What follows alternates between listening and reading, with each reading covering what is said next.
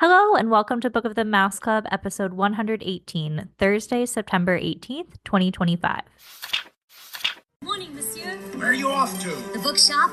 I just finished the most wonderful story about a beanstalk and an ogre and That's nice. Marie! The baguettes! Hurry up! I'm sorry, but how can one possibly pay attention to a book with no pictures in it? My dear child, there are a great many good books in this world without pictures. I almost bounced clear out of the book. Some bouncing, huh? Come home or make myself known. J. Thaddeus Turtle, Esquire. Have you never met him? You will find his story in this delightful little book, The Wind and the Willows. I've come to return the book I borrowed. Finished already? Oh, I couldn't put it down. Have you got anything new?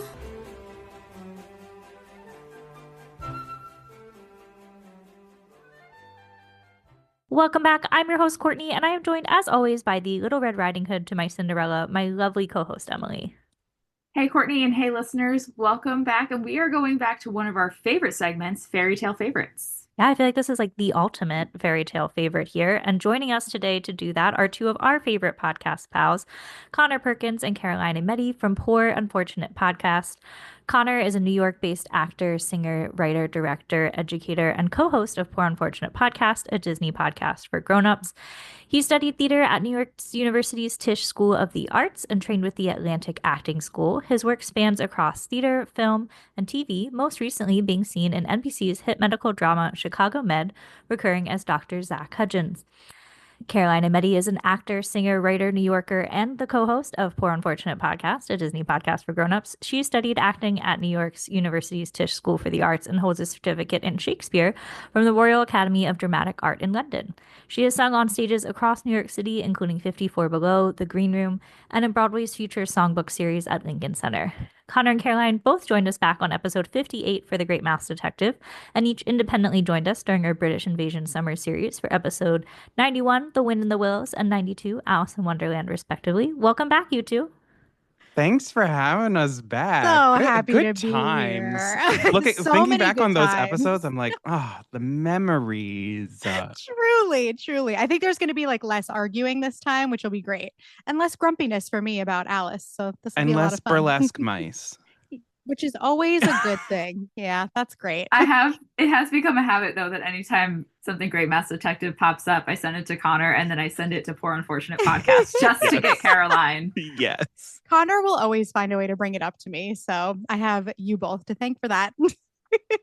So when Courtney and I considered doing this episode, this was kind of always been in the back of our mind for Fairy Tale Favorites, was eventually to do Into the Woods and talk about all the fairy tales that go into that and how Disney then adapted that story.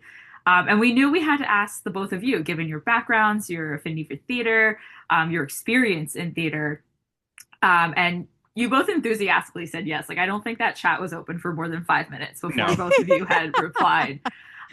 So what makes you so enthusiastic about Sondheim, about Into the Woods? Experiences that you have with the show? Well, I will say this was one of my big musical theater obsessions. Like, I feel like I defined my like adolescence through musical theater eras, and revisiting this after so much time has reminded me that my Into the Woods era was strong. It was the thing that I took out of my local library the most. They had it on VHS and then eventually on DVD.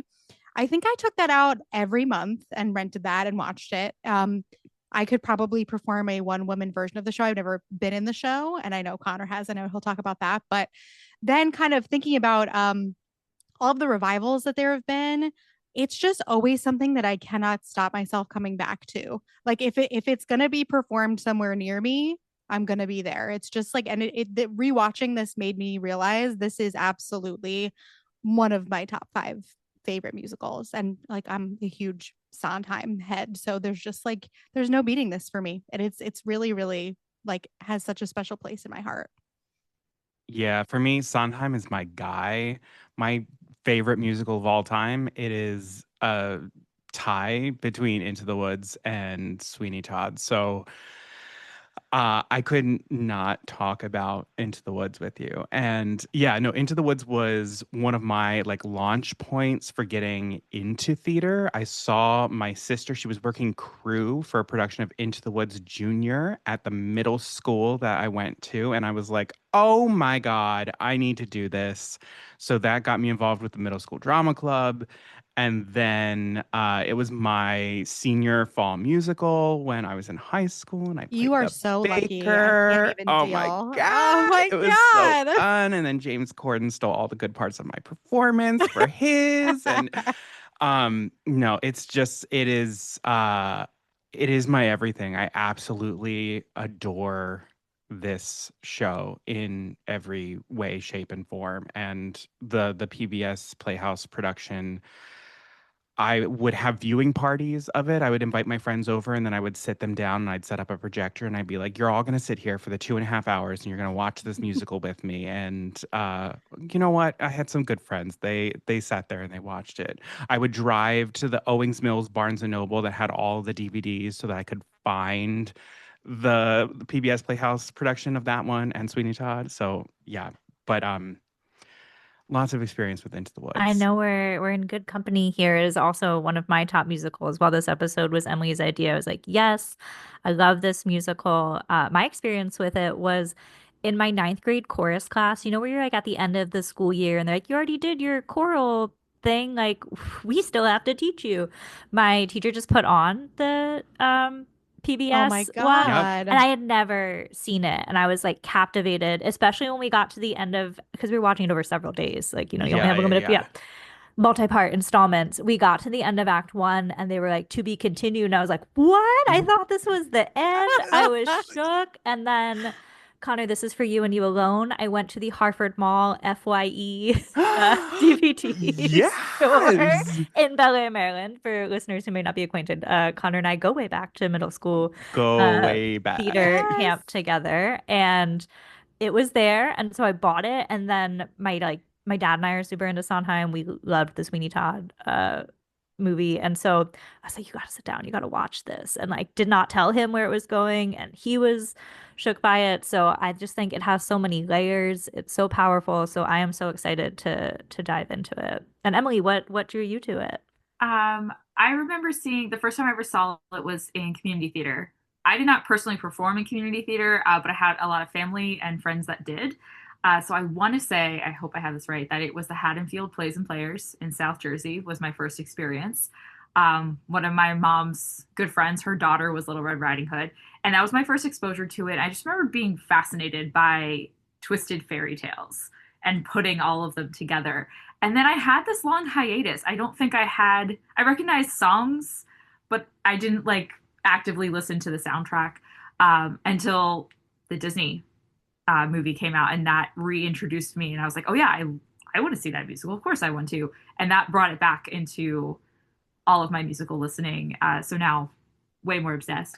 I was really sad that I missed when the tour came through DC, and I did not get to see Gavin Creel before he passed. I was gonna say that's the last thing I ever saw Gavin Creel into, so it's even more I special for watched that all reason of the too. clips. I saw him in Anything I could find Orlando. He online. came here as well. Oh So I feel very wow. I lucky was for really that. sad. Special. I was Oh my really sad that I gosh. missed the tour. But I was lucky that shout out to my cousin, who's the general manager at the Art and Theater Company in Philadelphia. They did Oh, Into the Woods. that production looked stunning. It was Yeah, it amazing. did. I Beautiful. love the interpretations they did, which I'm sure maybe I can integrate into our discussion of some of the changes Disney made. I had so much fun watching it, and it's not a round theater, but it's close. It's a semicircle, so it's very, very close to the audience, to the actors. Oh my They had God. some really cool interpretations, and I was very happy I got to see their iteration. So I did recently see it in the last, I would say, year and a half, and that's been really special. Also, the Bridge Theater in London, I think today just announced their cast for Into the Woods, and Katie Fleetwood is playing So we're is going playing to the London. witch. And We're if you going to don't know, London. do you Yeah, know we're who going to Katie London. Fleetwood is? She, um, she was in the Les Mis movie. She's the sewing woman who's like really nasty to Fontaine. Oh, But then yeah, she's yeah, also yeah. in the Wheel of Time series. Yeah, yeah. She's She's so good. They actually did a 101 Dalmatians production in the park in London like 2 years ago, and she was Cruella de Vil, but she's gonna be the Yes, witch. I And so I'm forgot like, about I need to that. know.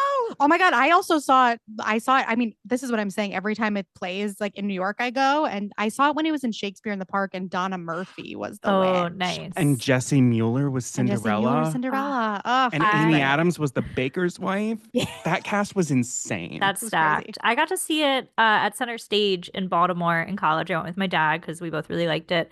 And I think her name is Danielle Fairland, who plays Little Red Riding She was Hood. the She was baker's the Baker's wife, wife. Yeah, so right? she Yeah, was yeah. Little Red Riding Hood in the PBS production that we'll be talking about at length. And then it was What? cool that she was the Baker's wife in that production. So For not us lots knowing of so many I was different gonna say we've productions. seen Before. every incredible We production of are this well show. prepared for this. And so we're going to have three phases here today. First, just, talking at a high level about the original fairy tales that inspired it, getting into that Sondheim production of PBS, and just, feel free to reference these other productions as well. And then, of course, getting into Disney's 2014 adaptation. So to start, Emily, do you want to give us some background on the original fairy tales? Will do. So for Into the Woods, we're going to be referencing stories, particularly Cinderella, Little Red Riding Hood, and Rapunzel from Grimm's Fairy Tales. Jacob Ludwig Karl Grimm and Wilhelm Karl Grimm were German scholars born in the village of Hanau. Fascinated by the philosophical and linguistic origins of law, stories, and history, the brothers became deeply influenced by the German Romantic movement, which emphasized folk culture and the importance of preserving oral tradition. Motivated by these passions, the Grimm brothers began collecting folk tales from people across all levels of German society with the goal of preserving and documenting German customs and storytelling traditions. Their efforts culminated in the publication of children's and household stories. I'm not even going to attempt to pronounce that in German. In two volumes released Oh in wait, I took 1812. German. Hold on, let me look at it. Do you want to try? I can tell you. I can tell you. I took French. I did Kinder as and well. Kinder und Hausmärchen, something Oh, like that. Kinder Yeah. und Hausmärchen. thank you. Yeah, Yes. that. Which loosely translates to Children and Household Stories in two volumes, released in 1812 and 1815. Over time, these collections became known simply as Grimm's Fairy Tales. Although often thought of as simple retellings, the Grimm brothers' fairy tales were carefully curated and revised multiple times over the years, sometimes to emphasize moral lessons, other times to make them more palatable to the middle class or bourgeoisie readers. And this process of continual editing is one of the reasons it's so difficult to identify a single original version of any given fairy tale. For today's discussion, we read the fairy tales from the Barnes & Noble Classics edition of Grimm's Fairy Tales. I do want to note Jack the Giant Slayer is the only story in Into the Woods not to come from Grimm's Fairy Tales. Jack the Giant Slayer, also commonly known as Jack the Giant Killer, is a traditional English fairy tale that dates back to at least the early 18th century with roots in British folklore. The earliest known printed version appeared in 1711, though a reference to the story is in Shakespeare's Hamlet, Fee Fi Fo Fum, which suggests the story likely was circulating a lot earlier through that oral tradition. The story differs from the more widely known Jack and the Beanstalk, although both feature a hero named Jack and involve encounters with giants. Jack and the Giant Killer emphasizes more violent battles and heroism, while Jack and the Beanstalk centers on trickery and luck. The story we read for this episode and used, I think, more closely by Stephan Sondheim for Into the Woods, its closest retelling is the story by Joseph Jacobs. Thank you so much for recounting that. So Emily and I have actually reviewed a few of Grimm's fairy tales before on the show, including Rapunzel and Cinderella, which are featured in Into the Woods. But Connor and Caroline, what did you guys think of these fairy tales? I love them. I love fairy tales. I'm a sucker for folklore. I'm a sucker for any type of like fables, things like that. And when I did my production of Into the Woods, my dad actually got me a like very, very nice copy of Grimm's Fairy Tales. This is like, I believe, the Doubleday Books collection. So I would just I'm such a nerd. I would just like sit and just read fairy tales for fun. Um, but I love the darkness of Grimm fairy tales. There's something very, very gritty and um, unpolished about them that makes them just feel a little bit more real to me than some of the other like fairy tales that, that you read. Um, but yeah, no, I thoroughly enjoy. I literally sat there, I read all of these fairy tales for fun, and then I read them in this version for fun. So I was like, here we go. Yeah, no, I love them. I read them before bed and I felt like a child again in the best way. um, I just wish Connor and I had met sooner because I was just obsessed with fairy tales as a kid. I specifically was very into Rapunzel. I feel like I'm very much a Cinderella girl now, but I had this version of Rapunzel that was like an Italian version of the story called Petrosinella. And I had this beautifully illustrated version of the story. And that one, and I was also very into another thing I would get out of my local library was the VHS of Fairytale Theater by Shelley Duvall, right? Those are And so good. so good, so twisted. So that version had the full, like, the prince is blinded, all of that. And, I've always been a little bit of a child of the darkness. So I too very much enjoyed the darkness of these. And yeah, these are like Rapunzel and Cinderella are two of my absolute favorites. And it's so interesting. I think being so in such an Into the Woods fan, I kind of assumed that for this version they had kind of twisted the fairy tales more into what they needed them to be for the show, but like all of this stuff is right there in the original. We forget because we get used to like Tangled, we get used to the Charles Perrault version of Cinderella, and we're like, oh right, No, that's it. it's all there. And in my Doubleday Books version of Grimm's Fairy Tales, it also goes further and explains the reasoning for Rapunzel's name, and that her name means rampion, which is Mm-hmm. the vegetable Mm-hmm. that, Yeah. in our version, the Barnes and Noble one, it was radishes, but in this Radishes. version, rampion is the one that is the vegetable that the mother craves, and so Rapunzel is named after that. The Rampion, my champion. My My favorite. favorite. You cannot finish it. You have to finish the line. I think revisiting these for me definitely reminded me how close Sondheim is because, like you said, Caroline, we get so used to the Disney version. I think that's what fascinated me even back in 2014 when Disney chose to remake this. I was like, you already have versions. Is Yeah. this going to contradict? Like, can we have Cinderella in a Cinderella verse, if you will, or can we Yeah, can have Brandy Cinderella wear gold? Cinderella, Ever I After, love the like we just Cinderella That's verse. true, we do Bad have- it's very Cinderella. strong. The Cinderella verse is my favorite thing ever. we just need all the Cinderellas to meet through a time warp. Please. Cinderella 3 to be real. But I found that interesting that given the Disney version of so many of these characters tends to be closer maybe to the Rodgers and Hammerstein, that they went total left and went into Sondheim, which I found interesting. But what about these? So you both have read multiple fairy tales, familiar with Grimm's. Why do you think Sondheim focuses in on Cinderella, Little Red Riding Hood, and Rapunzel specifically? I feel like a lot of other Sondheim musicals always have that darkness. And honestly, like, I mean, of course, if you think of Sweeney Todd, violence. And the Grimm versions of these stories specifically are so violent and have so much like bodily violence. And I have a feeling that there was something that kind of drew him to those things. Like, it's so funny. You forget. Yeah, like I said, even Cinderella, we have people getting their toes and heels cut off. And I feel like it felt like there was something to be mined there, probably, versus, other versions of the stories, like the Disney version, for example, where it's like, I'm Stephen Sondheim. How am I gonna like what is there for me to really work with here? And it felt like that's kind of what jumped out to me is like, what is the thing that ties these together? It's like that, yeah, just violence and the body. I think there's also an appeal with them being pretty mainstream among Grimm's fairy tales. I mean, that Barnes and Noble Mm, edition is hundreds of pages of stories, and there yeah. are smaller things. Like I think I don't want to say the Red Shoes because that's like an acclaimed film, but the Yeah. Fancy Shoes where the girl can't stop dancing. Like there's Red Rose in addition to Snow White. Something like the Snow Princess or the Ice Snow Queen. Princess, the Snow Queen. Thank you. That was like it's the one that became Frozen, but we didn't have Frozen at that time. The Snow Queen.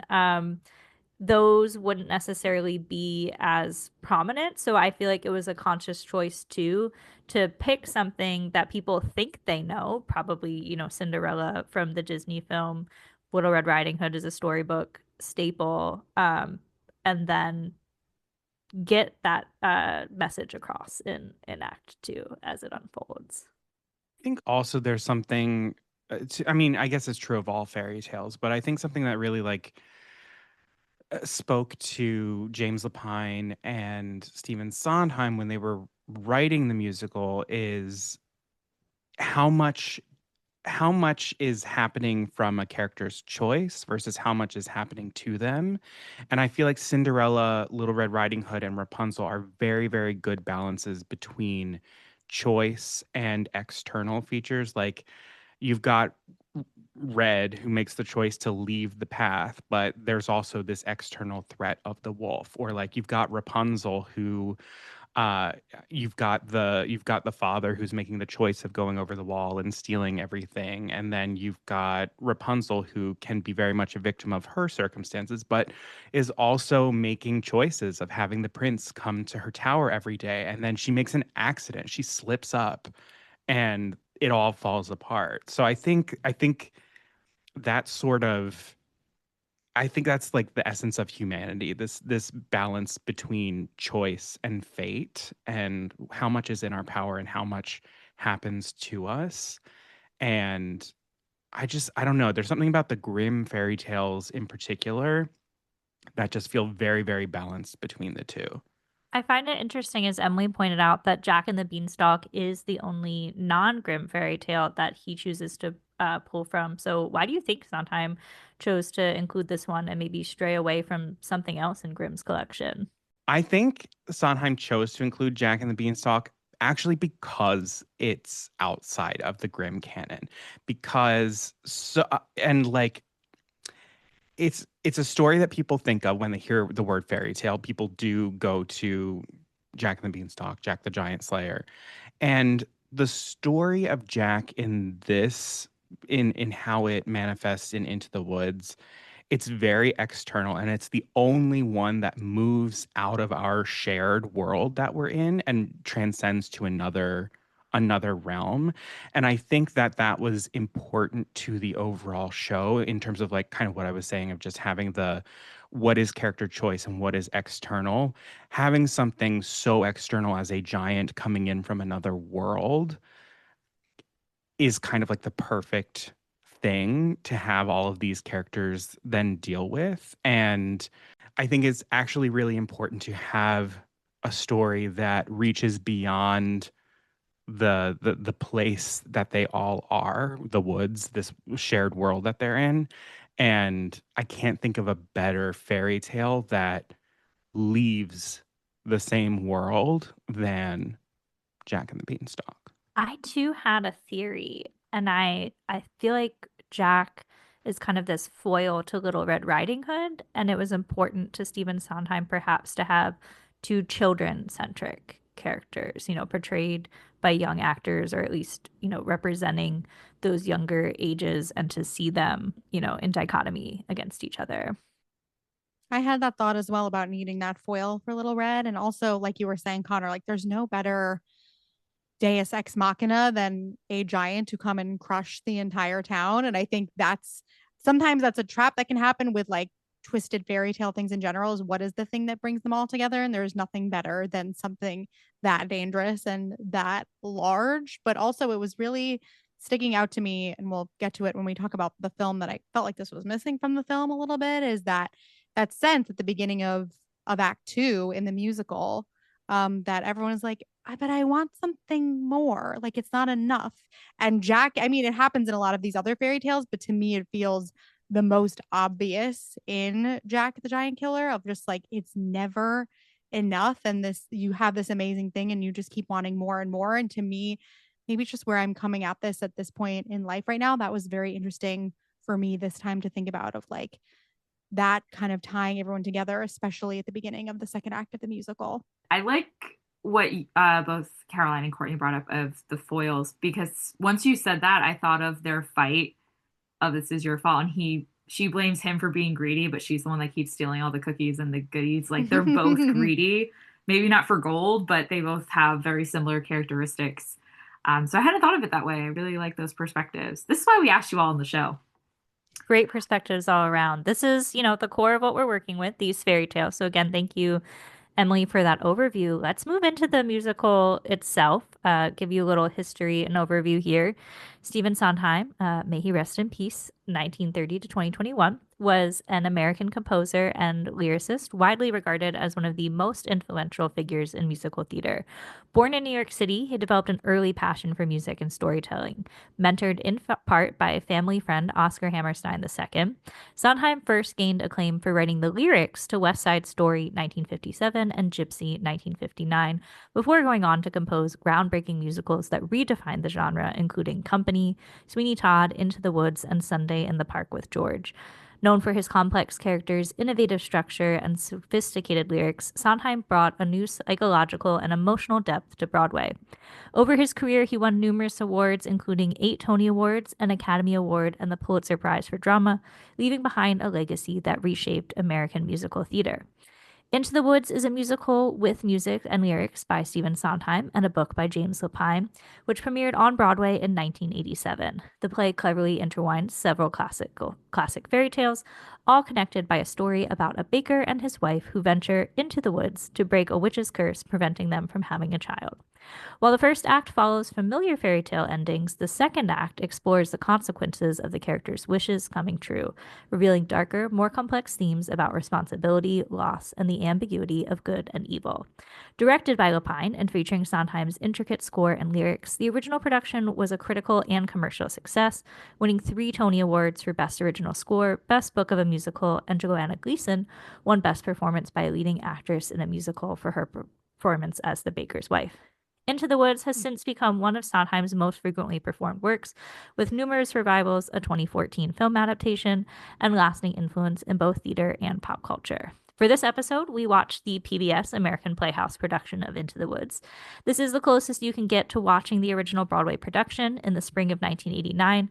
The 1987 majority of the original Broadway cast of Into the Woods reunited a year and a half later after its opening to tape the production in its entirety. 3 performances were played for audiences, filmed with 7 cameras in the then Martin Beck Theater, with certain elements changed slightly for the screen and additional pickup shots not filmed in front of an audience for various purposes. The recording first aired on March 15th, 1991, as the program's season 10 premiere episode. In addition to the 3 Tony Awards, this production of Into the Woods was recognized by the Television Academy with a nomination in 1991 for Outstanding Classical Program in the Performing Arts.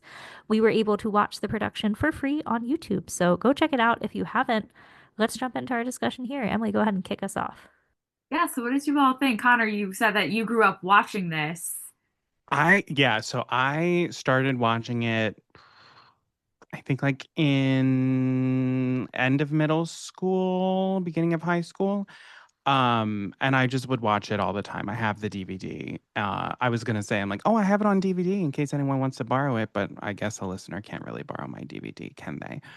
But listen, I'm not really gonna say anything negative about this production because it's perfect. Like it is absolutely perfect. I was in a technical theater class in college, and someone tried coming for the scenic design for this, and I almost started like What? brawling with them on the shop floor. I was like, this is not happening. No, no, no, no, no, no, no. I think it's perfect. I think one of my favorite things about Into the Woods is how perfectly imperfect it is.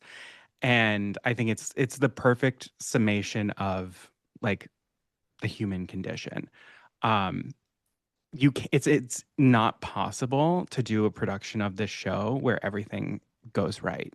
Even in this PBS Playhouse version, even with filming across a couple nights and pickup shots and everything like that, I can still find moments where like the magic of theater happens and like one of Burnett Peters' like long fingers falls off during the middle of Stay With Me. And like I think there's something that sort of transcends just sort of like the show in general of this is what it is to be humans in this show, in how imperfect it is.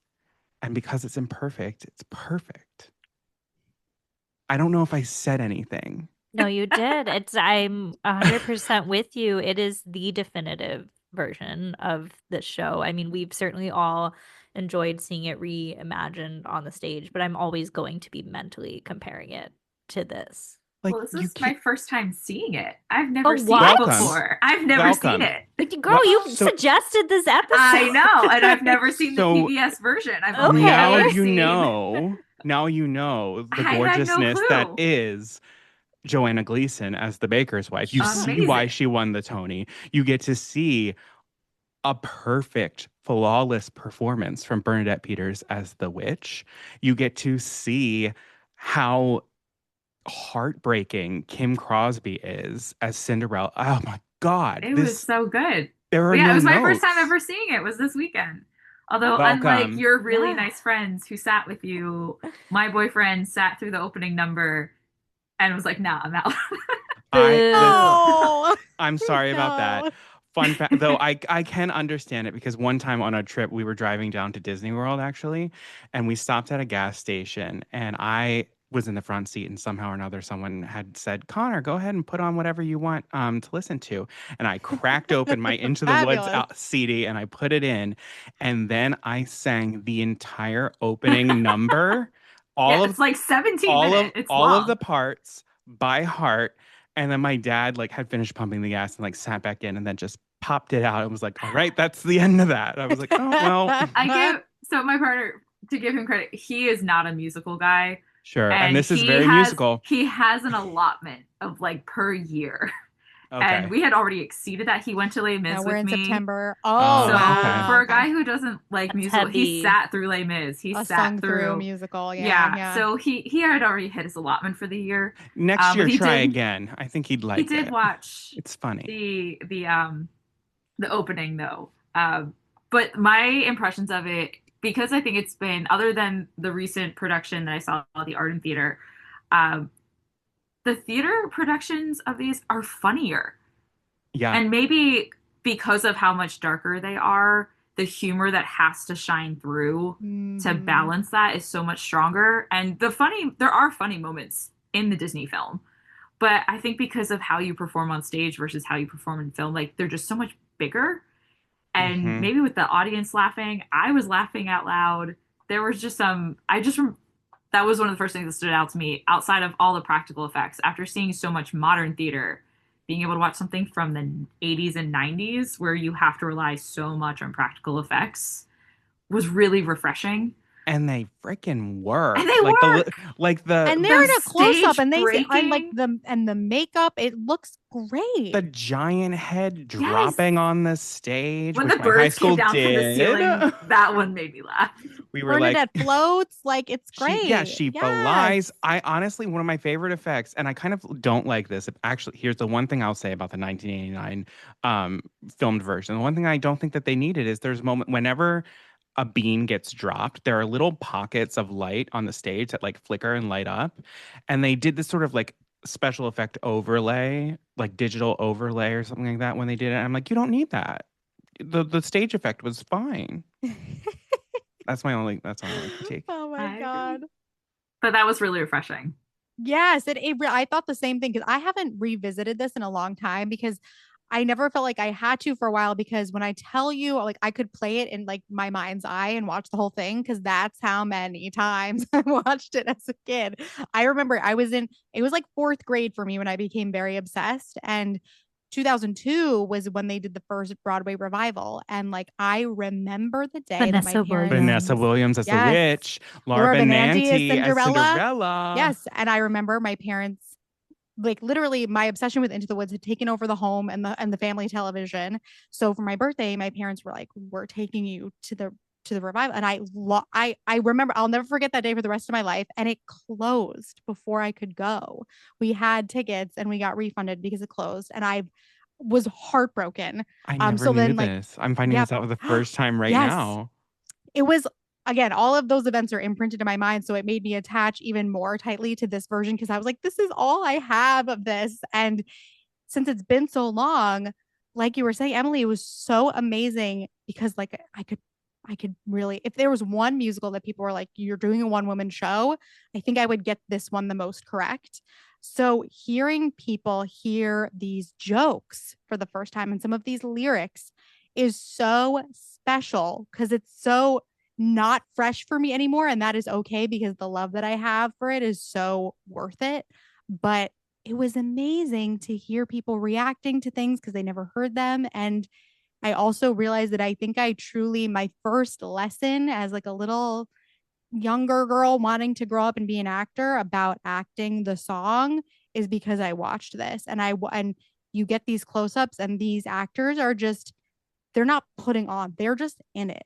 They're just in it. The circumstances are real for them and they're just laying it all out there and I think I learned so much from this production. Well, let's get into the Woods. I'd love for us to compare just at a high level the musical to those original fairy tales. Feel free to go in any direction with that.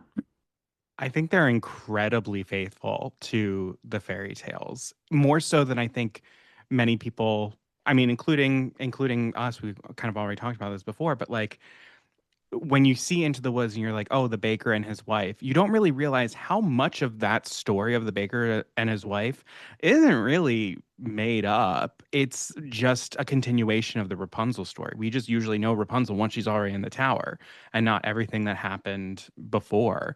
So I think they do a really, really faithful job at like honoring all of the parts of these fairy tales, because even down to in Cinderella in the Grimm's fairy tales, the sisters getting blinded by the birds happens in the last sentence of the whole I thing, went and back they're like, and listened to our Cinderella episode just because I was like, all right, little refresher. What did I say about this? Unsurprisingly, Into the Woods came up.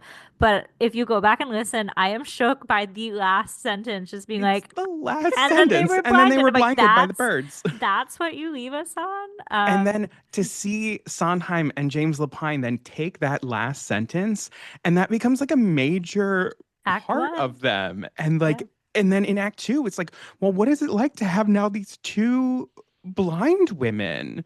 And then you get the fantastic line reading of Bernadette Peters to the giant.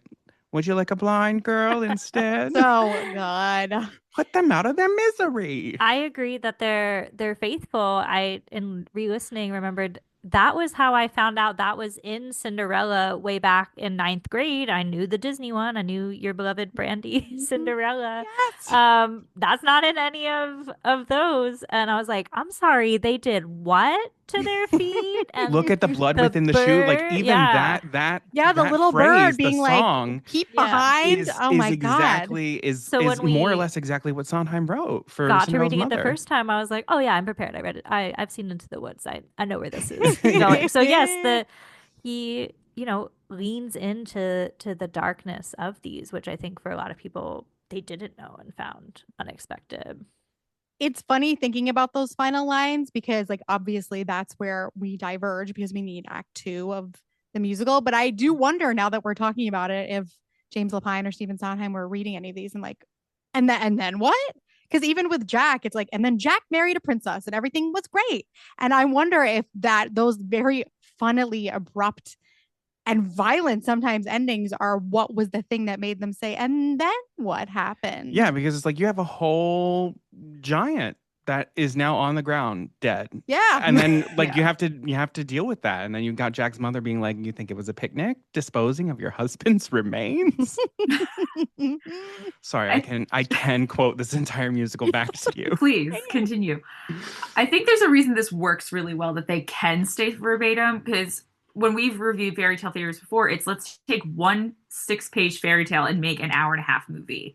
Yeah. And you have to do so much to stretch it. Whereas if we're taking 4 6-page fairy tales, well, now you've got 24 pages to work with to make That's act very one, true. just at least act one. So Right. you've got an hour and a half of 24 pages. So I think it was a little easier, but the biggest change, I think, is that the baker and the wife, their relationship slightly changes to Rapunzel. They are not the parents of Rapunzel who lose their child.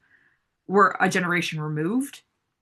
That makes him the brother. And then switching the perspective, we're not following.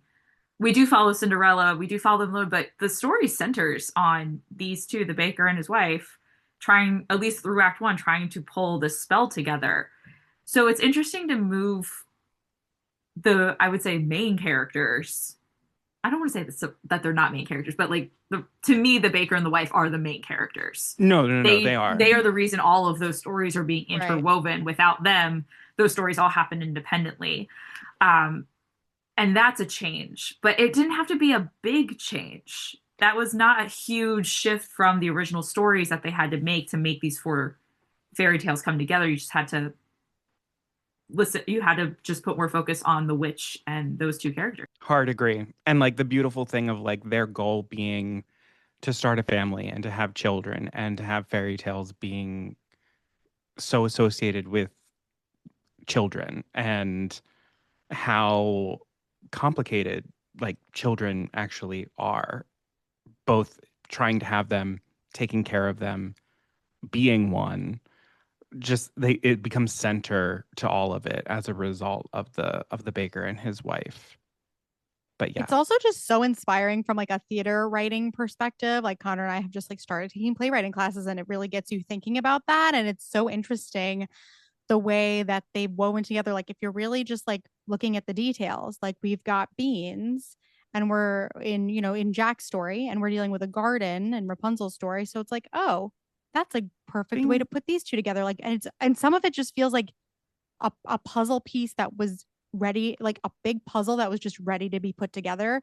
Because if some of the way that these intertwine feels so seamless, which is especially interesting to me when we have the baker and his wife kind of added in. Yes, they're like a part of a story, sort of, but added in, and everything feels so seamless. Like it really does happen in the same world. It's so interesting. Well, thinking about the play, just favorites. Curious what we have in common. Courtney and I infamously always have something in common. But quick favorite song, character, or a storyline if you want to talk about a specific character. My favorite song is Any Moments in the Woods. Both the 2-parter of, just that tension between the baker's wife and the prince, and then the unfolding aftermath of that. I've just always been drawn to that song in particular. Though I think the storyline that I enjoy the most is the Cinderella, just because there's a lot of comedy in that bit with the stepmother and the stepsisters. I don't know that I have a favorite specific part, because the whole thing is just so good. Those were my picks, but I know I'm going to agree with everything everybody else says. That's the thing. There's so many hits in this show. Maybe we'll cover all the big hits between the 4 of us. Yeah. All right. I think my favorite song is No More. No More. It absolutely destroys me. I feel like I was thinking about it and I was like, oh, in a really interesting way. I'm like, do I relate the most to the baker? Maybe, because I cannot even with that. Like I was watching it in absolute tears when I watched it yesterday, and oh my God, it's absolutely it's heartbreaking. I love a sad song, and God, that song is so sad.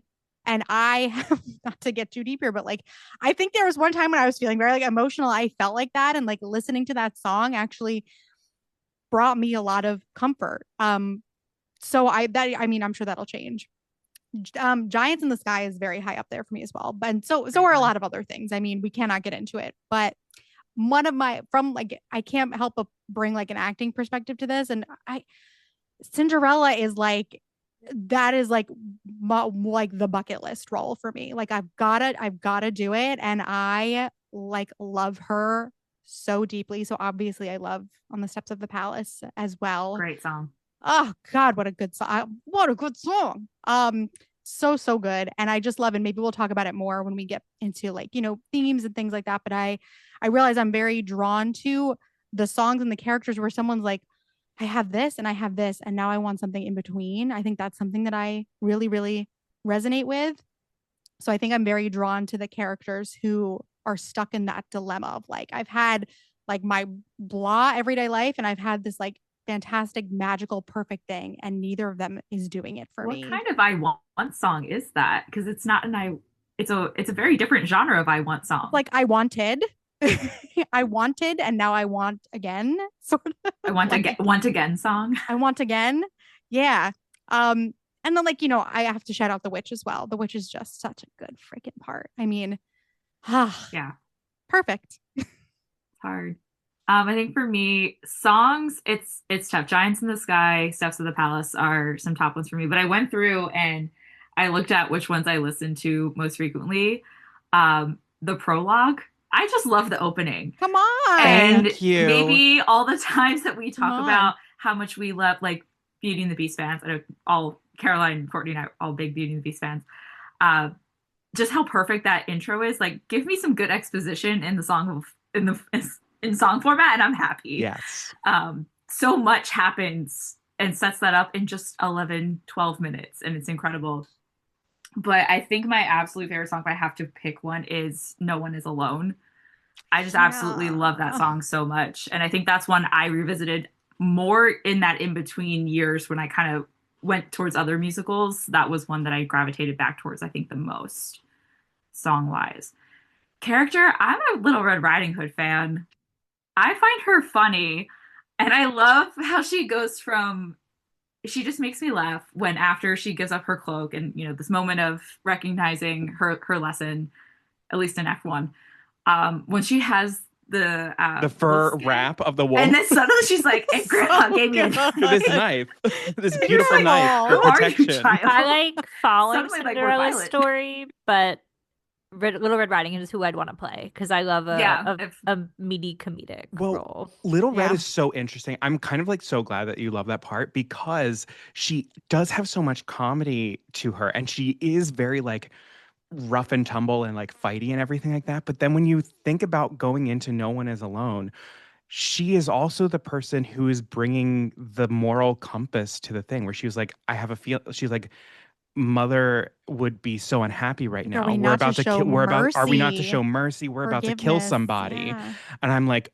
oh my, like, it's just so fitting that probably the most violent little character is also the one speaking the most authentic truth. Oh my God, you're gonna make me cry. I can't deal with it. You said morals, so we're getting into it. So, what morals does Sondheim emphasize in this production? And do you feel that those are similar or different to the original fairy tales? I think to start generally, the morals that Sondheim emphasizes are different every time you see this musical. I love that. Because there's just something to get from it that has so much to do with where you are at in your life and like what's happening in the world. And there are so many musicals that I love deeply, but there are very few that can do that for me in that way. And he definitely wasn't doing this, obviously, but an experience that I've had of this always that I didn't have a way of describing until now is like when I was younger and we would really start getting into the meat of Act 2, I was like, oh, I do this to myself every time. How can I keep doing this to myself and watching it all fall apart? And there's something that's very Hadestown about it to me. That's like, we know if we know Into the Woods, or even if we know these grim fairy tales, because even if they end happily, there is violence, there is destruction in some way. We know there is going to be that, and we choose to read them. We choose to engage with them. We choose to see this musical again anyway, even though we know it's going to break our heart. And I know that that's meta and it's not happening within the text, but that's the like moral experience I was having of that this time.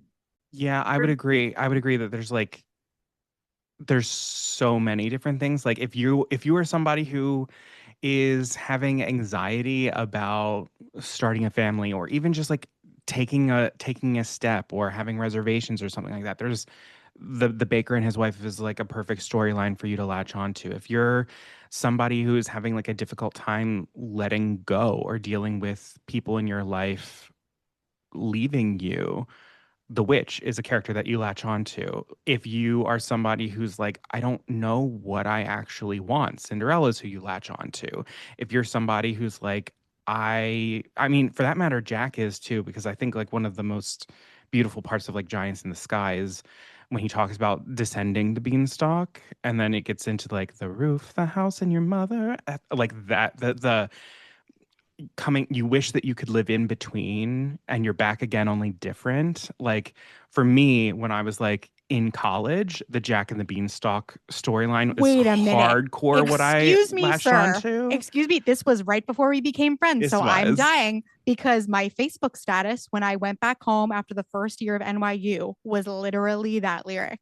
You think of all of Yeah. the things you've seen and you wish that you could live in between and you're Yeah. back again, only different from than before. Yeah. So it's just, yeah, no, it's very much, but I think the, if you were to take anything from this production in terms of like, what is the biggest thrust, it's probably about what is right and what is wrong, and how different that is to everyone, and how all you decide can what's do. right. You Yeah, decide you what's decide. good. Like there is no right and wrong. You decide what it is. And Mhm. like it's just And it's that's it. interesting because it's like what are we willing to do in order to get the thing we want? Like who are we willing to like sacrifice, or what are we willing to sacrifice? And it's interesting because one of the things that jumped out at me this time was the line, "Are you certain what you wish is what you want?" And it's so interesting to think about people throwing each other out of the way, doing all of these destructive things, going after a wish that might not even be what they actually want. And like, when are we doing that? It's really put me in crisis yesterday, And let me like tell you. you've got like, maybe they're really magic, where it's just like a little fib about these are magic beans, and just bending the truth a little bit to where you get to in the end of Act 2, where it's like now you're making choices as to whether or not somebody is going to live, or whether or not someone deserves to be here anymore. And it's like just how a simple decision, The ripple the effect. ripple effect of it. Yeah. So I think the morals, for as faithful as the stories are in Act 1, I think the morals of the story is where Sondheim really goes differently. Because like Jack and the Beanstalk, the version we read is about like luck and cleverness and resourcefulness. Uh, Cinderella, Rapunzel, like being good will get you your reward. Those who are evil will not. And it's a little more clear cut, but I think even though he stayed completely faithful through Act 1 to those morals, even by the end of Act 1, before you even enter Act 2, where it all goes crazy, you're still not getting those. You're getting the careful what you wish for because you see it setting up already that maybe Yeah, it's already not going to be happened. the same. Like you already know the moral is not going to be the same as the original, even though he's completely faithful, I would argue, through most of Act 1 to the Yeah. original story. And it's amazing how that worked in the writing. And I think Little Red is like the first one who really tips us off in that direction with I Know Things Now, because her story resolves halfway quick. through Act 1. And then her song is a complete reflection on what's happened, which there's like a difference between the fairy tale and then the reflection. Like the fairy tale is what you read, and then the reflection is what like you and your parent are supposed to do afterwards.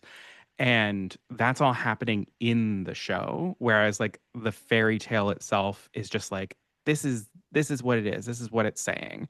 And then yeah, I don't think I said anything. I think that No, was a you bunch of word did. No, salad. because you made me think about, I keep coming back to the final lines of Jack the Giant Killer, and how it's like, yep, and he had all of those things and he married a princess and they were rich. The end. Um, and it's so interesting to like, I just think the moral is so much like it's what you were talking about before. We're talking in circles, but I just love it. Of like it's the ripple effect, and of like it's so interesting how even though the characters settle on different answers to whose fault all of this is in the second act, it kind of begins with everybody pointing their finger at Jack and being like, "But you are literally the one who brought the giant down, right?" And it's so interesting how there is no consequence in the original fairy tale. Yeah, there's a corpse, there's a giant corpse, but we don't talk about what happens to it. And like so I feel like for me it's also like, what do we take at face value from the things that we're told, like from these stories that we know? What do we take at face value, and what do we need to think more deeply about from the things that Yeah, we've been told as children? I agree, Emily. Like Sondheim and Lapine start doing some of the critical thinking for us and start like telling us to think critically about these way in the middle of Act One, to the point where then the moral lessons of the fairy tales themselves are starting to already turn into something else. So I think this leads us into talking about the Disney adaptation in 2014, because the endings particularly is where things get a little different, and maybe also Yeah. where the morals start to stray as well. So a little background, Disney's 2014 adaptation of Into the Woods was directed by Rob Marshall and marked the first major film version of Stephen Sondheim and James Lapine's acclaimed stage musical. Originally considered after Marshall's success with Chicago, the film was greenlit by Disney in 2012, with Lapine adapting his own script and Sondheim supervising the music. Production began in 2013 in England with a high profile cast that included Meryl Streep, The Witch, Emily Blunt, James Corden, Anna Kendrick, and Chris Pine. While most of the original score was retained, a few songs were cut or reworked, including the new Sondheim song She'll Be Back, which was ultimately not included in the final version. The film premiered on December 25th, 2014, and was generally well received for its strong performances, especially by Meryl Streep and Emily Blunt, and its production value. The film had a budget of around $50 million and performed extremely well at the box office, earning $128 million in North America and $231 million worldwide. And like the American Playhouse production, the film introduces the musical to a new audience. I think this is an interesting choice by Disney because they've certainly undoubtedly had success staging their movie musicals like Beauty and the Beast, The Lion King on Broadway. And there was a little time period during the like NBC Wonderful World of Disney where they started taking stage musicals like the Rodgers and Hammerstein Cinderella, Annie, The Music Man. Mhm. But on a smaller screen, this is really, as far as I know, the first and only time that they went in the other direction, taking a well-known stage show and making it a theatrical release. So, how do we feel that they did here? Well, Caroline and I actually saw this together. We went We to an I love advanced did. screening of that. this. We We saw it the did. first time together. I was all over this. I was like, "Oh my God, this is gonna be the most I perfect saw thing it in the on my Disney world." college program. I was like, Oh, I was like dissecting every trailer, and I'm like, "Oh my God." And I think that it fell short. They had a daunting task, number one. Like, how do you take one of the greatest musicals ever written, one of the musicals that is, you know, most produced in theaters across the country, and turn it into a film? And the balance between what you need in cinema and what you can do in the theater, it doesn't lend itself very well to what Into the Woods is doing. Into the Woods is inherently very theatrical. There is the suspensions of disbelief, the sort of larger than lifeness of it is actually what makes it feel so accessible to us. It feels like a story, so we can really, really go for the ride.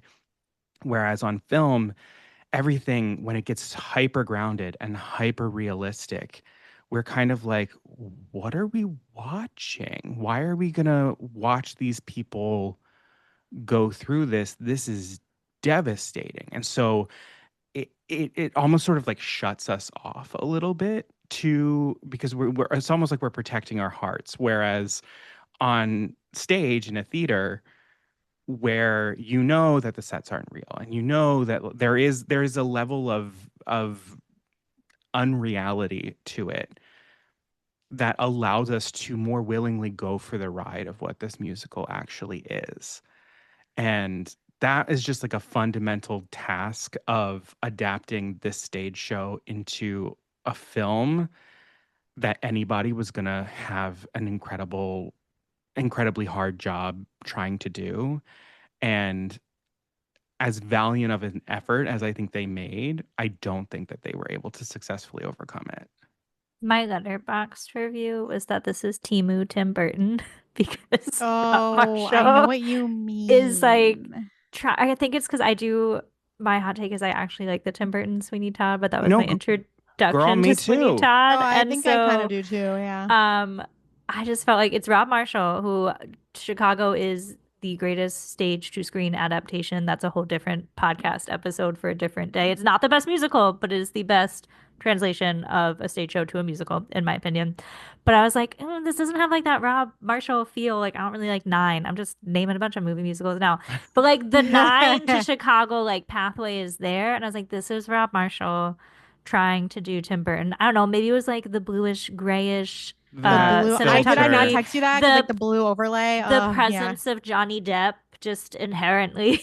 The funny thing is, I Burton. actually watched this with my mom, and so she had never seen it Oh, before. wow. So when the witch burst in, my mom is not a big fan of Helena Bonham Carter, and my mom just assumed it was going to be Helena Bonham Carter and was so happy to see Meryl Like, Streep. just kidding. It's Meryl Streep. Yeah, it was fine when I saw it in the cinema. Like, I was working really hard on my college program. I was just excited to have a night off, go to the cinema. That was my first time at the Dine-In AMC Oh at my what was then Downtown God. Disney, now Disney Springs. So I'm like, oh, you can have mac and cheese while you watch the movie.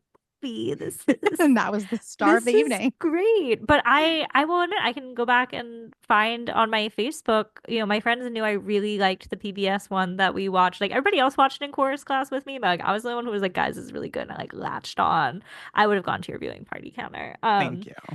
And so I remember my friend when this got announced being like, "Oh my gosh, are you so excited?" And I was like, I should be because I love Disney. That's a big part of my personality, and I love this musical, but I from the onset was like, I don't know that they're the ones to adapt this. I So could not agree with it you was more. like I was Yeah. very confused on how to feel about it.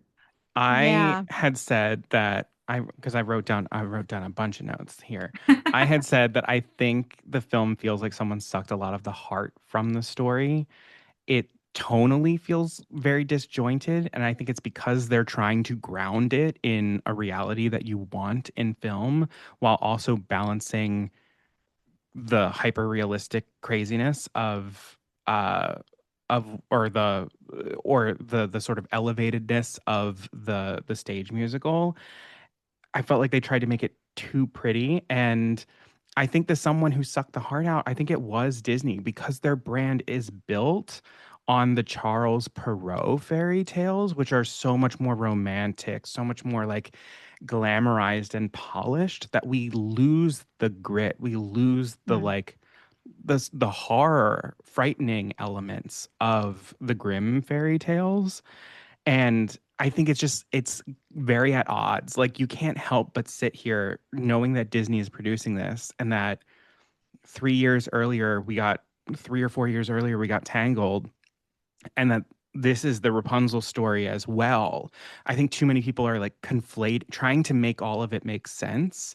And I think that can be a little bit of a I distraction. think Disney really grappled with that because, Yeah. spoiler alert, sorry if you didn't go watch it on YouTube, Rapunzel dies in the original one. Yes, Disney has a Cinderella character, but Cinderella comes out of this, albeit somewhat mostly fine. Mostly fine. Mostly Yeah. fine.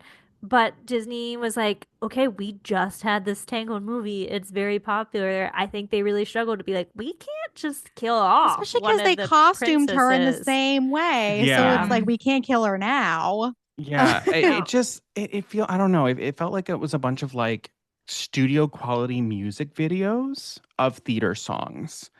And I think it was just because I'm sorry, I know I'm like saying a lot. I just want to get it all out. Get it That's okay. out. And I just think I think there was I think the ugh.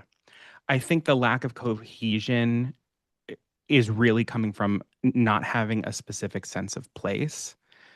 One of the things that's so important about the stage show is, yes, the woods look a little different to everyone, but it is the same woods. I have no idea what the layout of these woods are. Every single thing looks different to me. I don't know where that waterfall is in relationship to the gorge that the baker's wife falls into. I don't know where anything is. Whereas if they had sort of like created a foundational spot and the perspective of how that looked changed with the characters, I think that's what I was looking for. I didn't need them to actually go into the physical woods. They could have done it in a studio and I would have been fine. Actually, they did do some of it in a studio, but they could have just done it all in the studio and I would have been fine. but the other thing is leaving the woods, I think, is a big misstep in the film. Once we're in the woods in Act One, we need to stay in the woods until the end of it. But then cutting away to the castle, to watching Cinderella being there, cutting away to Jack, you know, dry, like, climbing the beanstalk, all of the stuff with his mother and the experience of like the beanstalk and all of that stuff being outside of the woods loses one of the main players of the whole show, which is the setting itself. I don't know. It just, and then there were just like some weird choices where like I don't understand why I Know Things Now was this hyper stylized like Actually, that moment. ties into something that I believe, which is I would take it a step further and say that I do not think Into the Woods should ever be a movie. Um, because so many of these songs are the characters telling stories to us, the audience. And listen, I'm not convinced that it could never work. Honestly, I don't need this, but if I had to have something, two parts, John M. Chu, let him have it. Because he allows actors to just kind of stand there and sing and act the song. And I think that's what's like you were talking about that hype, those hyper, hyper fantasized, sequences of Little Red being eaten by the wolf. And like even the fact that giants, I love that Giants in the Sky is just like, yes, Jack is saying it to us, the audience, but he's kind of just like saying it out because he's just like, what just happened to me? And him directing it to the baker made it feel smaller and less expansive to me. And that so much of the characters recounting what has happened to them is what makes this feel so personal. Like these fairy tale characters are telling you something. And I feel like this film specifically, but I feel like any film version, you lose a little bit of that. And I also fully believe that this shouldn't have anything cut. And it's a little bit long for a film, especially one by Disney, where they are going to attract kids and families. And speaking of like, leaving the woods, when we do in the musical, it's so important at the beginning of Act Two that we see everyone saying, I'm happy, kind of. And missing that makes the whole second part of the film fall flat to me because we don't get to see everyone sit in having the thing for a minute and then say, but I don't feel quite right. And not having that feels like we just tumbled directly into the aftermath and it's not as satisfying. Yeah, like it's more. Yeah, I think it robs a little bit of the. It makes it more feel like the external giant coming in is more Yes. important than the choices that people are making. Right. I Whereas agree. not having that opening of Act Two means that like there's not that balance that you need. Mm-hmm. So hot take. I loved the film. Yes. But I I Yes. mean, think this has to do also with my time and place when I saw it. Like I think I'm more critical now of it after seeing the PBS production, but because I have never seen it before the film, the last time I saw it on stage, I was maybe at most sixth grade. So I had Mm-hmm. between sixth grade and me being a senior in high school, like devoid of other than Senior listening, in maybe college. senior in college. Sorry, not high school. No, Oh your guy was like, gosh, okay, yeah. let's not. Senior in college, I've got a good 10-year gap in there that I did not see it performed. I heard music maybe, but I had not ever seen it performed. So the film for me was incredibly enjoyable. I left the theater listening to the soundtrack nonstop, and it brought me back into the show. So I think it can serve a purpose though if you have never seen a Sondheim, 100%. if you have never Mm-hmm. seen Into the Woods and you have no theater background on it, I think it's a great way of introducing people to the production. And it got me back into the production. That being said, having now watched the PBS version and then that one back to back, the part I did miss the most was the transition from Act One to Act Two. I think my favorite parts actually of Into the Woods, the stage production, I can't remember. The only one I'm remembering is the one at the end. The slotted spoon does catch the potato. The midnights. Yes. The midnights. Yeah, the So little those little the little snippets would like yeah. next character never wear mauve at a ball or pink or open your mouth. Or open your mouth. Yeah. Oh God. Like that moment, like you said, going into Act 2, I was missing that the most, and those were the parts that did get cut from the film version, was those little in betweens. So I got that better now, but I have seeing the film, I didn't come out of it disappointed because I didn't have the background you all had. I was just like, this is amazing. To me, I was like, it's dark, it's gloomy. I couldn't remember the original endings from 6th grade. Like, I did not remember that Rapunzel is supposed to die. I didn't know that. And honestly, like that, there's so much value in that because there are so many musicals that the first time I ever saw the musical was the movie Phantom of the Opera, Rent, before I ever saw them live. Yes, and I loved, and so many people have issues with them, but I don't because that was my first way in, and it's so like absolutely so important for people to have access. It's not good. It's not bad. It's just nice. It's just nice. Yeah. Yeah, no, I definitely think it serves a point, or it serves a great purpose as a gateway to it. And you know what? If that's like what most people got out of it, then fantastic. And if people are going to buy a ticket to their local community theaters version because they're familiar with it from the movie, God bless. Yeah, 100%. It did what it needed to do. Yeah.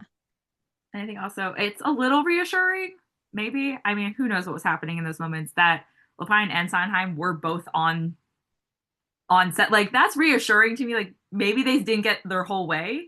Maybe there were things that were not greenlit. But they were part of it.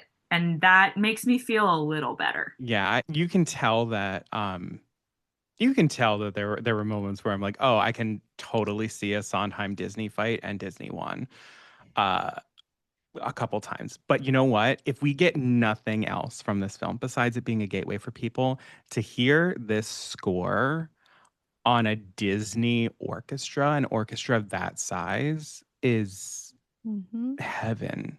It's so gorgeous.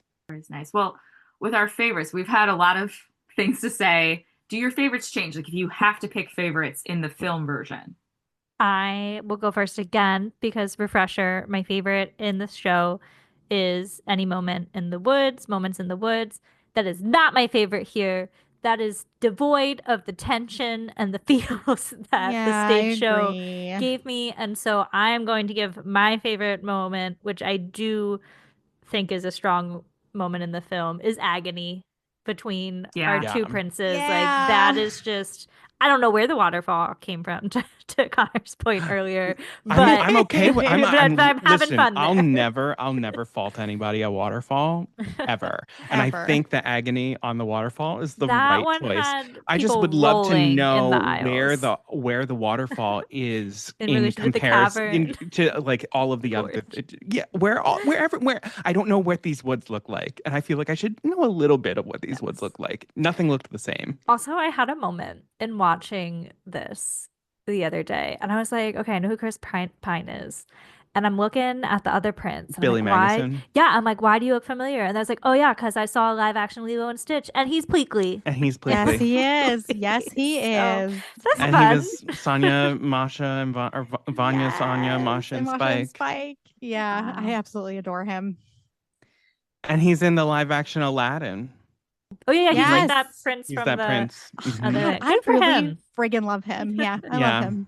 Yeah, people, that was a crowd pleaser for sure. Yeah, in the cinema. I have to agree. Anyone else differ, or you're like, no, this was the same. This was good. My favorite is not in the freaking movie, y'all. I mean, wow. And in my opinion, I mean, for someone who wouldn't know, you wouldn't think of it, but for me, what a gaping hole in the conclusion of this story, because the baker not working through his decision to turn back and to end the cycle of his family without a song is just, it's a crime. It's a freaking crime. And not to mention that No More is just so important to the deeper films of the musical. And like, so many, I could quote you the whole song, but like, we disappoint, we disappear, we die, but we don't. Like, how do we not have that as a part of this film? And it's like, we're rushing towards the end of the film, and we don't have the old man as a character, the narrator. We don't have any of that. So like I can follow the chain of thought as to why it was removed, but for me, it is just a gaping emotional hole in this film that I just don't feel like it ever fully recovers from. Then like leading into, after, I think No One Is Alone is really lovely in the film, but then afterwards, not getting the first version of Children Will Listen and then going into it with no face Yeah. attached to someone singing it, and we're looking at the clouds. No, no, no. So the That last pissed you the off in the theater when we were there yep, it did. together. I remember it. I was Yeah, that's just shocked not when No okay. More wasn't there. Yeah. Yep. And so the last bit of this film, even though I think No One Is Alone is so wonderful that you can't ever fully take that away. I think the last scenes of this film are just a womp for me because of that. I think like one of my favorite things in the show is I do love the narrator's commentary on what's happening, the function of a narrator. And I do think that which is very odd for me because usually I hate a narrator. I think a narrator is a crutch. But I Damn. think the But not when narrator Sondheim does it. no, well, the narrator is so specific to this story. He serves a very, very specific purpose.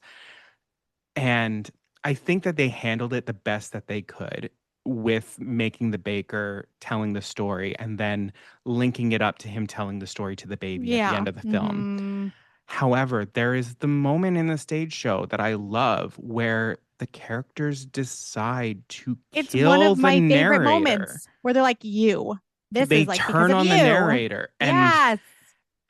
sacrifice that. And then what is it now where we've lost the plot? We don't know. And to not have that really, really was frustrating. But I think my favorite moment in the movie is probably Stay With Me. I I was really about to say the same. Yep. loved the tower, how the tension feels very real. Like even the like starting from the strings and like the turn that Meryl Streep's head does and then looking up at the tower and then entering into the tower. Like She I think it sings was it just very so strong. beautifully too. She Oh, does. yes, yes. Well, Connor, I want to jump back to what you said about the narrator. So Yeah. one of the choices that the Philadelphia production made at the Arden Theater was the baker's father was the narrator. So he was both himself and the narrator. And I thought that was so interesting, not making them two Not separate. making them too Because it made separate. him, because sometimes when I watch or when I see the father and he just kind of comes into scenes and like he's kind of, to me, he's kind of random. Like I get why he's there.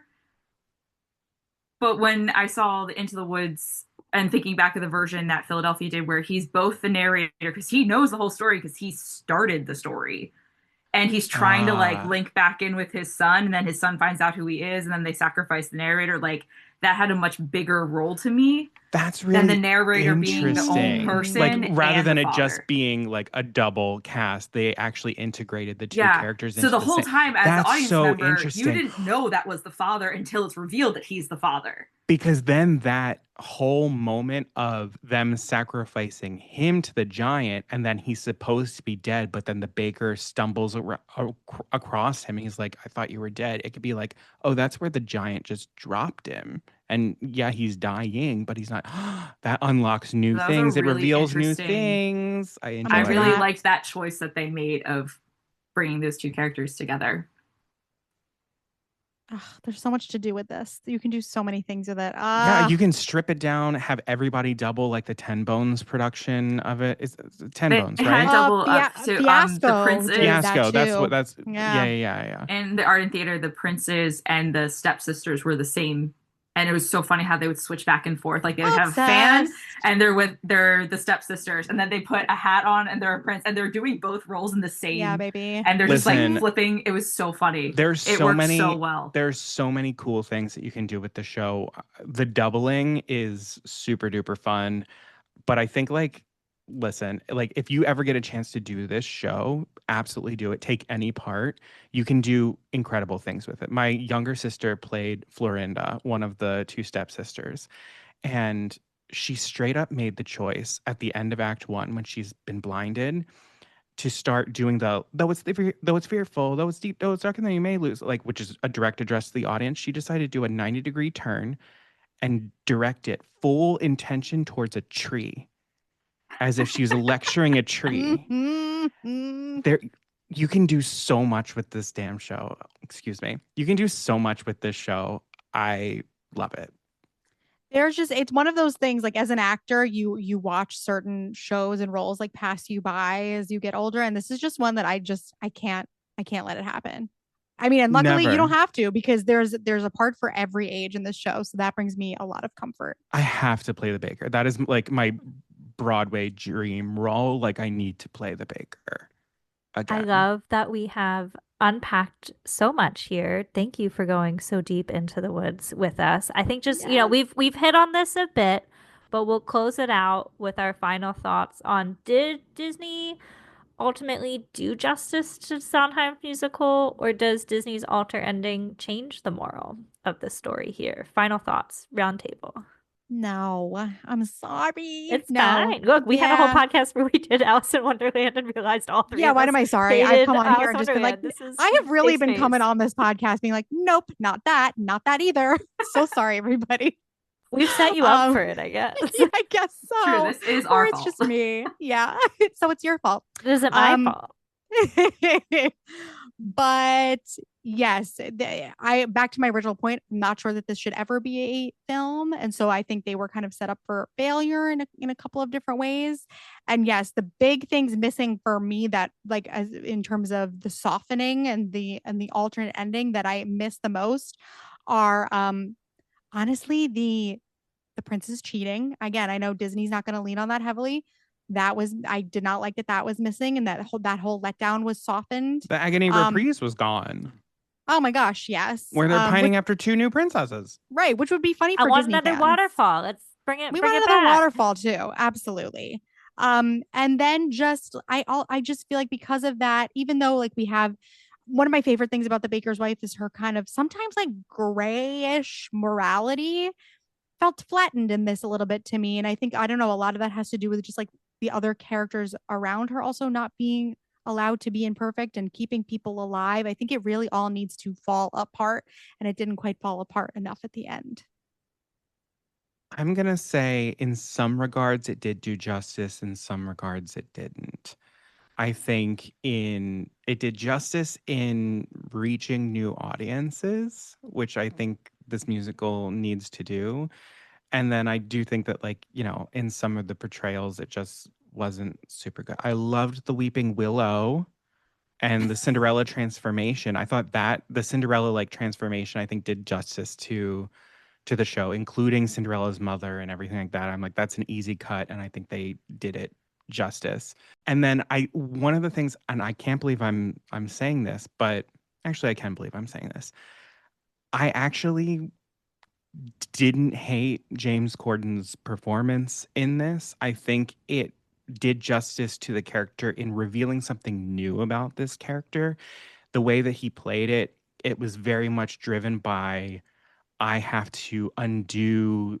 I have a responsibility to undo this. This is like my weight, as opposed to the way that the original Broadway production of The Baker is, where he's more like beta and doesn't really want to do anything and is like kind of lazy, or like doesn't really know how to do things. Whereas James Corden's version was like putting pressure on himself and anxiety. And that's the way that I played the baker. And I enjoyed seeing someone do that version of the baker justice. I think there's so many different ways to play the baker and the baker's wife. And I think seeing these two new versions of them did justice to the characters a bit. Yeah, I think the bones are there, and it serves as we already said, like a good gateway into this. If you see that a local production near you is doing this, it's probably going to happen sometime soon. It's one of the most performed ones. Absolutely. I highly encourage listeners to go out and see it, but Absolutely. it's a good entry. Um, I don't know that it fully changes the moral. Like, it's there, it's just not being handed to you as thoroughly or really driving home some of the points, but I wouldn't say it's devoid of meaning in any regard. I think the moral is actually a little different. I think they both start and then they diverge to different paths. I think the Disney one, or cuts off. I think the Disney one kind of cuts off at the be careful what you wish for. It might not be what you want. I think it plays to that really well. But I think, like Connor, you're saying, the agency and the choices, what's right and what's wrong, I think is not as harped as much in the Disney version. Is something right? Is something wrong? But I think the careful what you wish for, fairy tales are not always what they seem on the surface. And I think that's what children will listen. They're going to hear the tales you tell them, but it might not be the lesson you think you taught them at the same time. So I think that part gets there, and maybe that's the heart of the show. Like you said, children being the true heart of this. But I think the right and wrong and the choice agency is lost in the second act and how this film ends. I think you just end with careful what you wish for versus that deeper moral beyond that. Yeah, I agree with that because I think that also happens with the change of aging down Jack in particular, because I do think like Jack is a character too that like it's important to see someone who he's kind of like the kid who hasn't left his parents' basement and doesn't want to like, and those choices that are being made about like choosing to grow up, and that I think that's like a, why can't I speak, the sort of choices around what is right, what is wrong, what is right for me, those are not very present in the Disney version. It's the spark notes. Yeah. It's Yes. it's the commercialized version where it's like you're 100% right, Emily. They latched on to be careful what you wish for. Things are not always what they seem, twisted fairy tales, and they kept it there, and they did that. But that's not all of what this musical is. No, it's a springboard. And we have a springboard for our listeners here, as we always like to leave them with various resources. So I'll kick things off. I said it's a gateway musical. It can be a gateway into the woods, but it can also be a gateway for you into other Sondheim. If you like the really like dark aspects of Into the Woods, Sweeney Todd is the musical for you. That is probably my favorite musical, closely followed by Into the Woods. Also, if you're like, I want to unpack relationships and trauma, Company.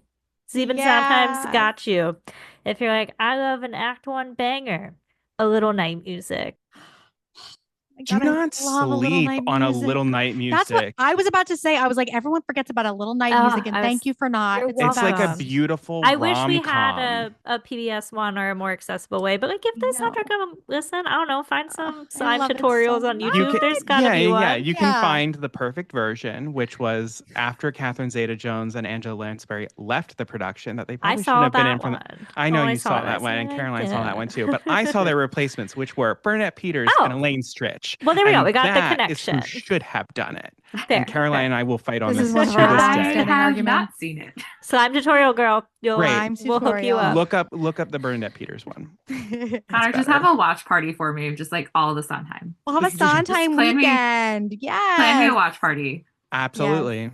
I saw Company for the first time in the last year when it was on tour, and I absolutely loved it. I think Company would be my next favorite Sondheim right now. And you saw the gender swapped version. I did. Yeah. Good stuff. What else do we have for our suggestions? I'll keep going with Sondheim. So I have two recommendations, Finishing the Hat and Look, I Made a Hat. So these are two volumes, because we're book people. These are two volumes of Stephen Sondheim's collected lyrics from all of his work. And they include thoughts, anecdotes, comments, and critiques of his style of writing, his work with collaborators, and important moments in musical theater history. So like if you want to see one of, if not, and you know what, I'll say it. If you want to see the best lyricist that has ever lived unpack his own writing and how he does it, read these two books. And they look beautiful on a coffee table as well. They look fantastic on a coffee table. His lyrics are his lyrics were my senior quote in my yearbook for high school. His quotes were on my senior banner. Like that, cannot recommend these books enough. And I'm going to talk about some books as well. So, like I said, I was a fairy tale girly growing up, and I will always be one. And I realized that always ends up being my favorite thing that I read. So, if you love adaptations of fairy tales with some darker or more adult themes, check out Upon a Starlit Tide by Kel Woods, which combines elements of Cinderella and The Little Mermaid and places it in this fantastic French historical setting. It's Could not so recommend it good. If enough. you're I made someone who Connor came, read it too. yeah, if you're someone who came away from Into the Woods and were like, wait, how did all of these fit together so perfectly? You will love Upon a Starlit Tide. It might be my favorite read of the year. Me too. I'm currently reading Daughter of the Forest by Juliette Marillier, which is inspired by the Six Swans fairy tale.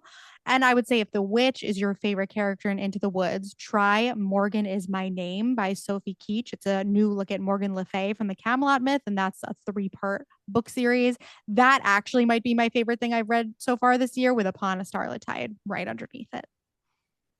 I'm going to take us back in the direction of the American Playhouse.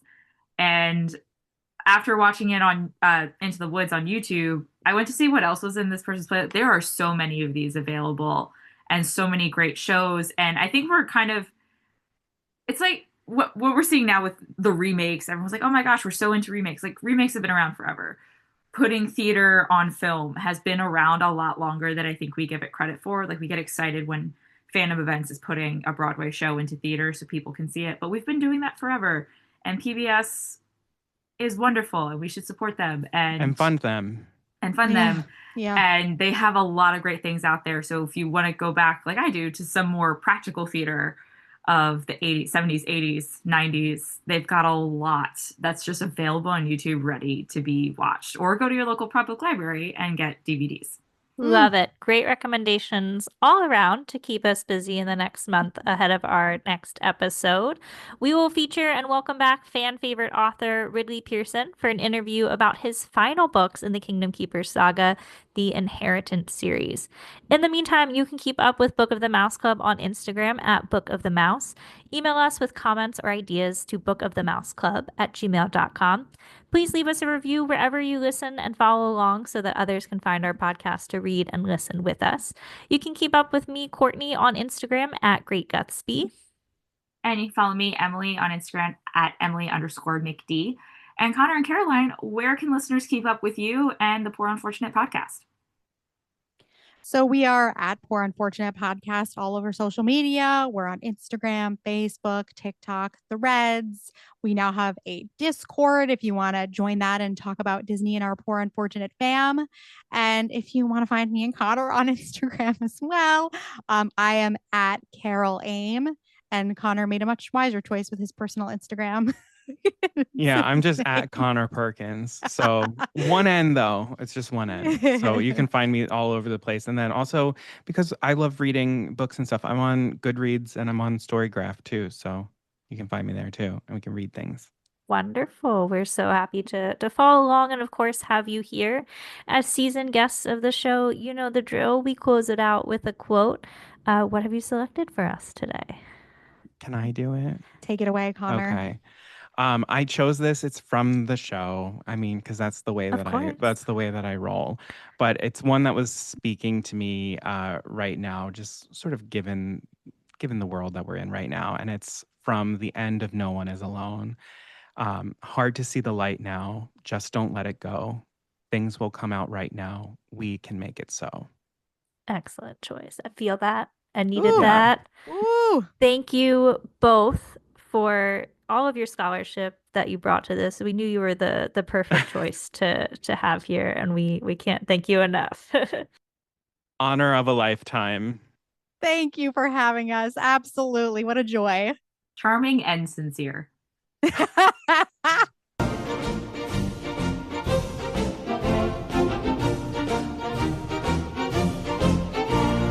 The Mouse Club has no affiliation with the Walt Disney Company. The views and opinions expressed by hosts and participants are theirs and theirs alone. They do not represent the organizations or companies they happen to work for.